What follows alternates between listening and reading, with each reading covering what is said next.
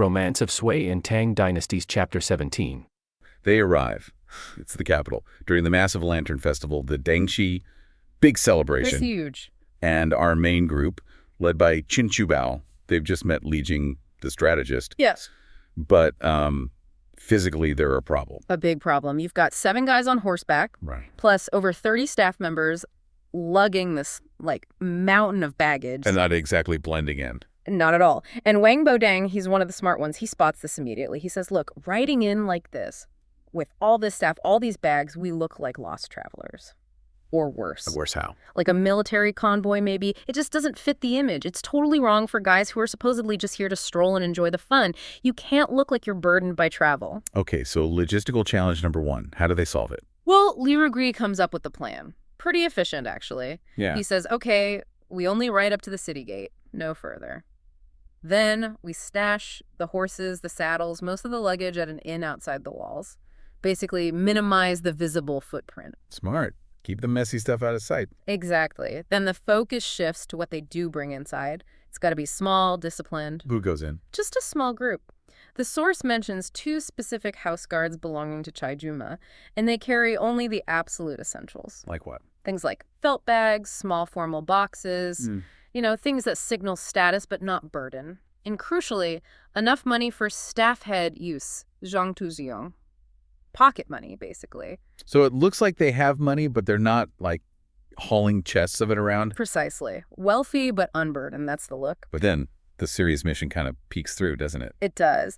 Qin Bao gives this very specific order. He needs 2 strong walkers to carry his official dispatches. The Huishu and Huipi. Right. Hidden away in just a simple shoulder bag. But he makes it clear, these documents, they're life-related matters. Xingming Shengguandashi. Wow. So life and death.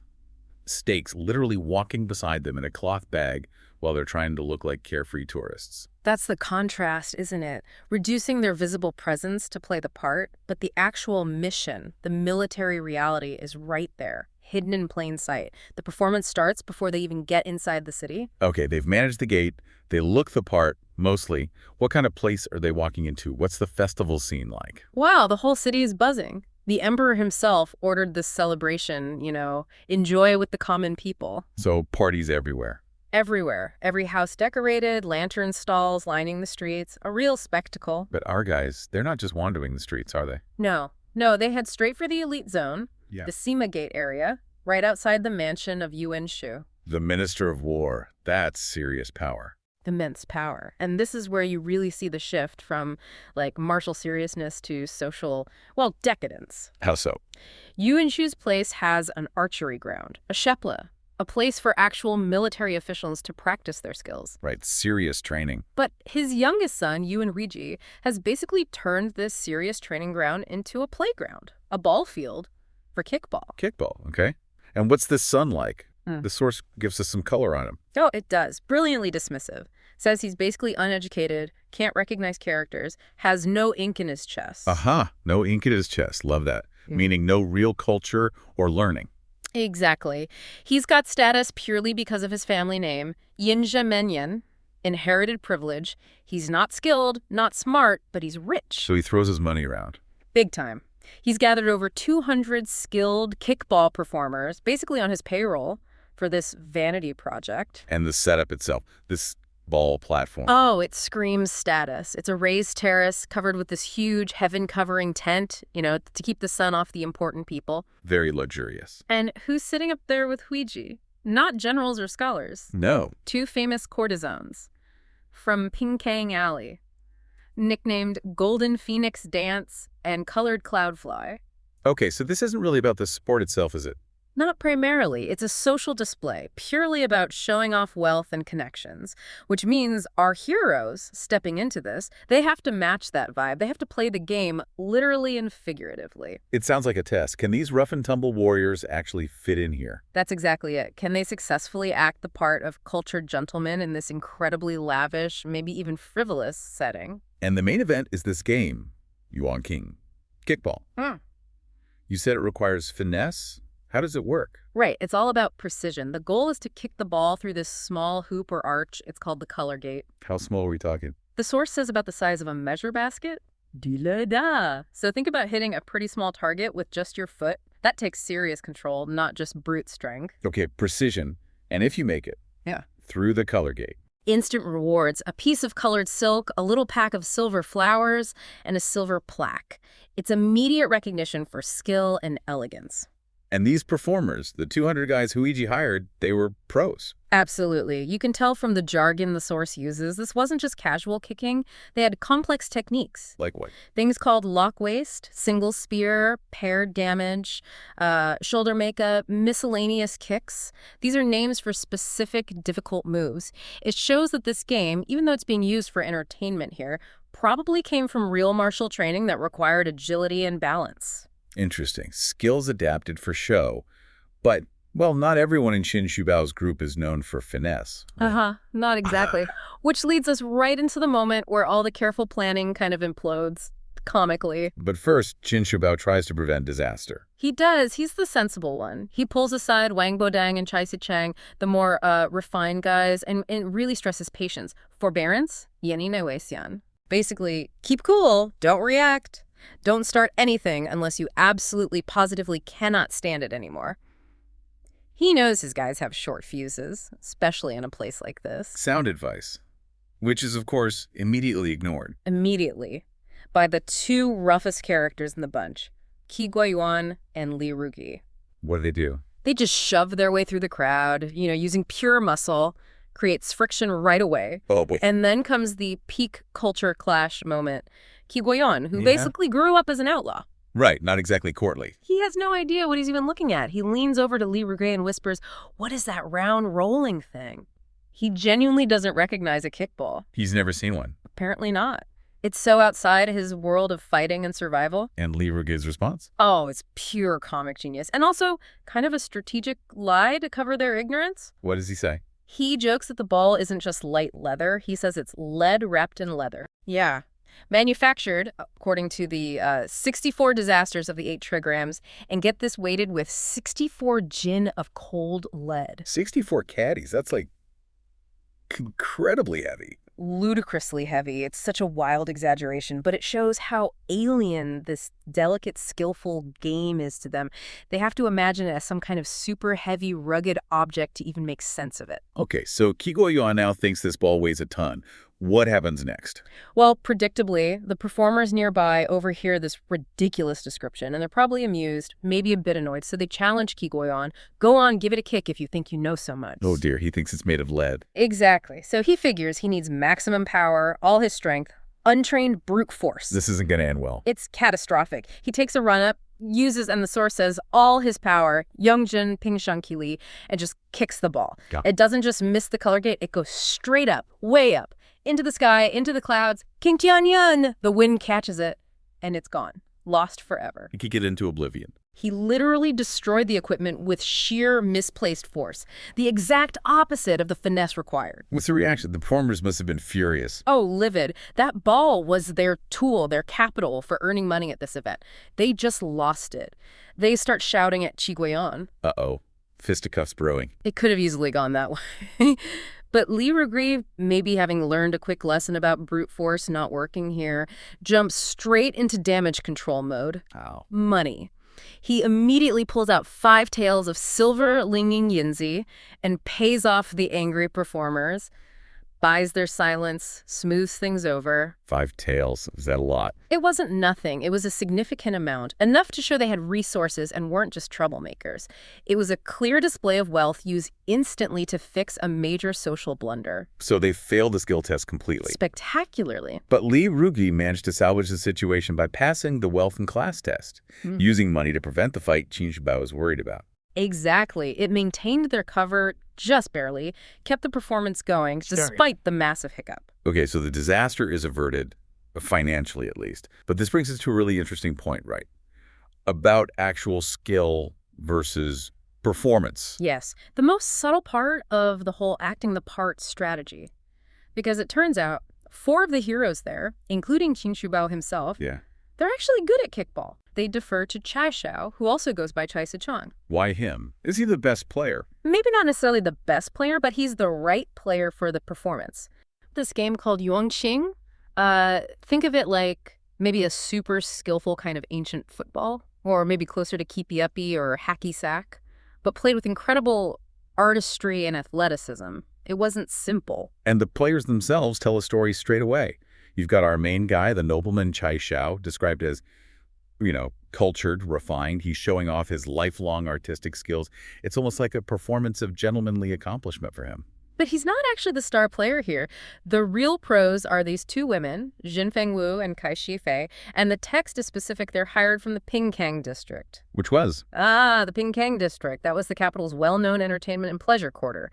So these women are professionals, explicitly called skilled at the game. And the description of the game, it wasn't just kicking a ball. It sounds incredibly technical. They mentioned using the shoulder, different kicks, intricate stuff. Oh, totally. Performance art, like you said. Chai Xiao does some moves, but the women are the spectacle. They're pulling off moves with names like, "Ooh, bright pearl on Buddha's head." Wow. And inverted knee, showing lightness. But here's where it gets really interesting, culturally speaking. Wow, so? Well, you have these women performing these incredibly demanding physical actions, right? Requires amazing strength, balance, control. But the description also makes sure to mention their floating sleeves and, get this, half-exposed, tiny golden lotuses. The bound feet reference. Exactly. So even as they're demonstrating peak athletic skill, the description focuses on their adherence to the era's elite and, frankly, crippling beauty standards for women. It's this visual clash. That is a fascinating tension. Professional athletes, essentially constrained by these really restrictive ideals, skill and social status all tangled up. A huge paradox. And it leads right into the rewards, which makes you wonder, how did this system of patronage work? What did it actually mean for performers like them? Well, the money seems pretty serious. Qin Shubao pays the two women 20 ounces of silver and 4 pieces of colored silk. That sounds like a lot for a couple of hours play. It's a very significant sum. It tells you that even if these professional entertainers came from a socially marginalized area, their skills were highly valued commercially by the aristocracy. There was a real market for this talent. And it wasn't just the players getting paid. He also rewards the observers. The two guys basically hired to watch and critique the game. They get 5 ounces of silver and 2 gold fans each.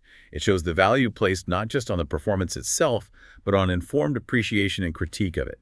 A whole structured economy around this entertainment. So, okay, we've had this very controlled, private display of skill and wealth. Strict rules, clear patronage. Then they leave this private space and walk out onto the street. What hits them? Oh, the shift is immediate. Night and day, you go from that focused, structured environment to just sensory overload. The relative quiet of the game is gone, replaced by gongs, drums, noise everywhere, and light. The source is dazzling. The whole world is lit up. And this is where it gets really wild. This isn't just like hanging a few lanterns. The descriptions for the Lantern Festival, the Yuanxiao, they're almost mythological. They really are fantastical. It's like the city itself is temporarily rebuilt out of light. You read about 4 sides of Agate City, a 5-colored glass cave, fire trees blooming. It's meant to be immersive. Reality itself feels light-shaking. And it's not just visual spectacle. They're mixing in games, too. People solving riddles by a bridge, birch. The text even says it's to break the confusion of 1,000 people. So it's interactive. Yeah, it's collective engagement. It's not just about passively watching. People are participating, thinking, but, and this is key, that collective feeling is still carefully structured. This is where you really see the hierarchy kick in. The spectacle isn't uniform. It moves from the general street buzz to very specific, very symbolic installations. Okay, so let's walk through that hierarchy. First stop, the Sima Gate. The theme here is beasts. And the main lantern is the QIN. That's right. The QIN, the sort of Chinese unicorn, is called the chief of all hairy creatures. Putting that front and center sends a very clear message. Which is? Dynastic power, pure and simple. The QIN supposedly only appears when a truly wise and just ruler is on the throne.